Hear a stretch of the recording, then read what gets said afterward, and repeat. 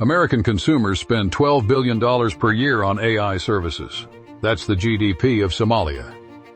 Meanwhile, tech companies will spend $500 billion on AI infrastructure next year alone. That's the GDP of Singapore. You see the math problem? They're building a Singapore-sized investment for a Somalia-sized market. And when this collapses, 55,000 layoffs will look like the warm-up act. But your HR department is sending emails about mandatory AI training. Right now, Nvidia is trading at 29 times sales. Palantir is at 69 times sales. Want context? Amazon and Cisco peaked at 40 times sales right before the dot-com bubble destroyed them. They fell 75 to 90%. And here's the part that should make your stomach drop. Sam Altman, the CEO of OpenAI, admitted in 2025 that we're in an AI bubble. Ray Dalio from Bridgewater says the investment levels are very similar to the dot-com crash. The timeline is tighter than you think. Market analysts are pointing to Q4 2025 through Q2 2026 as the critical window. That's now through next summer. Companies must demonstrate sustainable revenue growth beyond current valuations. Several tech firms have already dropped 40 to 50% from recent peaks. The corrections are already starting. They're just not calling it a crash yet. Now here's where everyone gets the strategy backwards. Every career coach, every LinkedIn guru, every corporate training program is screaming the same advice. Learn AI skills. Become AI literate. Add prompt engineering to your resume. Companies are paying $18,000 more per year for roles that list AI skills. There are 498 AI companies valued over $1 billion. The demand has never been higher. So obviously the answer is to become an AI expert, right? That's exactly wrong. And I can prove it. I analyzed over 100,000 layoff announcements from 2025. What I found contradicts everything you're being told. Here's what's actually happening behind the press releases. Klarna cut 40% of their workforce and blamed AI. Their CEO bragged that AI replaced 700 customer service agents. Major headlines. Everyone freaked out. Then he quietly admitted, "We made 0 layoffs due to AI. The cuts came from stopping hiring in 2023. They lied, used AI as cover for normal cost cutting, then rehiring because the technology failed." Mark Benioff claimed AI could do 50% of the work. Huge story. Proof that AI was taking jobs. Except their own spokesperson later said they redeployed hundreds of employees into other areas. They moved people. They didn't replace them with AI. IBM went even further, spent millions on AI customer service, cut thousands of jobs, bragged about the efficiency gains, then started quietly rehiring 6 months later because the AI couldn't handle complex human interactions. Klarna did the same thing. Millions spent, thousands cut. Here's the pattern.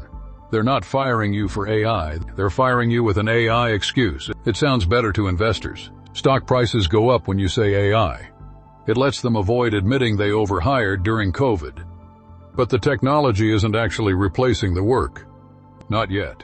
Maybe not ever at the scale they promised. Some companies will disappear. When this bubble bursts, and analysts are predicting the next 6 to 9 months, there will be 2 waves of layoffs.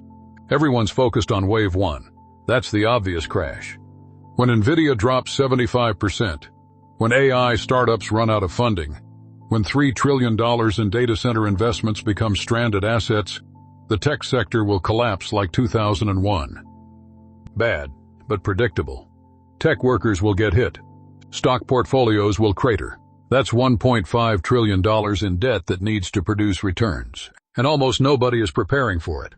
Right now, your company is probably spending money on AI initiatives. Maybe they hired AI transformation consultants charging $30,000 per month. Maybe they're experimenting with new tools. Maybe they already cut positions and said it was to invest in AI. When the bubble bursts and these investments don't deliver the promised ROI, companies will need to cut costs fast to make up for wasted spending. Morgan Stanley analyzed this. Companies will spend $3 trillion on AI through 2028, but their cash flows only cover half of that. Here's what happens in Wave 2. Your company realizes they have the same amount of work, fewer workers because of Wave 1 cuts. and expensive AI tools that didn't eliminate the need for humans after all. They're paying for AI subscriptions, AI consultants, AI infrastructure. None of it delivered the savings they promised shareholders. Now they need to cut deeper to hit their numbers. That's when the real bloodbath starts. Let me paint you a picture of what this looks like. It's June 2026. The AI bubble officially burst 4 months ago. Tech stocks have crashed. Your company's stock is down 40%. The AI tools they bought aren't working as promised. That chatbot that was supposed to handle customer service? It gives wrong answers 30% of the time, so you still need the full support team. That AI writing tool that was supposed to eliminate content roles? It produces generic garbage that needs complete rewrites. That automated reporting system? It requires 3 people to check its work. But your company spent $80 million on AI infrastructure. They laid off 200 people in Wave 1 to fund it. Now they need to explain to shareholders why revenue didn't grow, why costs didn't drop, and why they're still burning money on technology that doesn't work. The consultants who sold them on AI are long gone, paid and moved to the next victim. Your VP of operations is in front of the board trying to explain the gap between promise and reality. You know what happens next. Wave 2, deeper cuts. Not to invest in AI this time, to recover from investing in AI. The people who followed the advice, who learned prompt engineering, who became AI power users, they're not safe.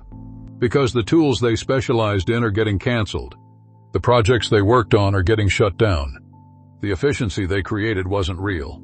This is already starting. A Yale University budget lab study analyzed U.S. labor data from November 2022 to July 2025.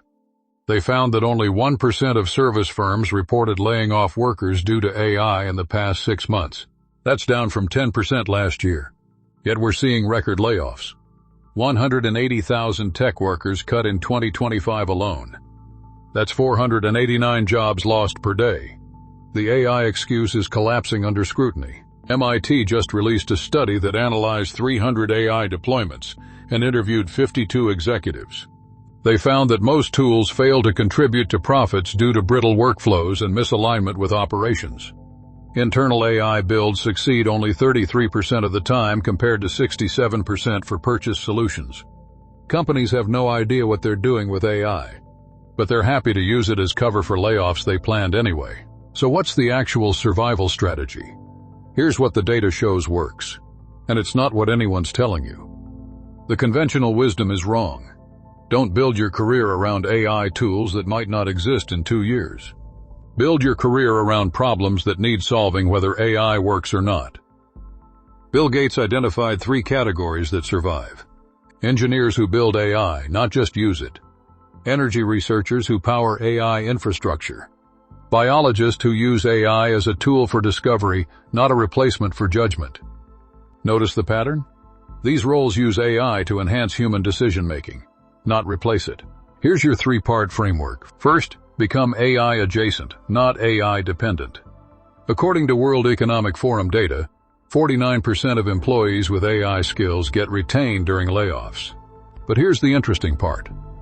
40% get promoted. Why? Because when companies realize their AI investments failed, they need people who can fix the mess. They need people who understand both the technology and the business problem it was supposed to solve. The valuable skill isn't prompt engineering. The valuable skill is knowing when AI is the wrong solution. It's being able to walk into a meeting and say, "We spent $2 million on this AI tool, but it's actually creating more work than it saves. Here's a better approach that costs $50,000 and actually works." That's the person who survives Wave 2. The person who can admit the emperor has no clothes. Second, build your bubble-proof insurance policy. Remember, when the dot-com bubble burst, the internet didn't disappear. Amazon survived. Google thrived. The technology was real. The valuations were fake. Same thing will happen with AI. The bubble will burst. Bad companies will fail. Stupid projects will get canceled. But AI will remain useful for specific, narrow tasks. But learning what the skills can't do matters more. Critical thinking under ambiguous conditions. Judgment calls with incomplete information. Handling exceptions that don't fit the pattern. Relationship building that requires trust. creative problem solving that needs lateral thinking. These are the skills that matter when the tools fail. An Oxford University survey of 800 recently laid off workers found that 62% believe learning AI or digital skills will improve their long-term job security. They're half right. From AI failing and taking your role with it, how much of your value depends on AI tools staying effective? If the answer is most of it, you're building your career on quicksand. I want you to do this exercise this week. List your top 5 work activities, the things you spend the most time on. For each one, ask, does this require human judgment that AI can't replicate? Does this require relationship skills? Does this require creative problem solving or handling messy exceptions? Here's the shift nobody's talking about. The companies that survive won't be the ones with the most AI.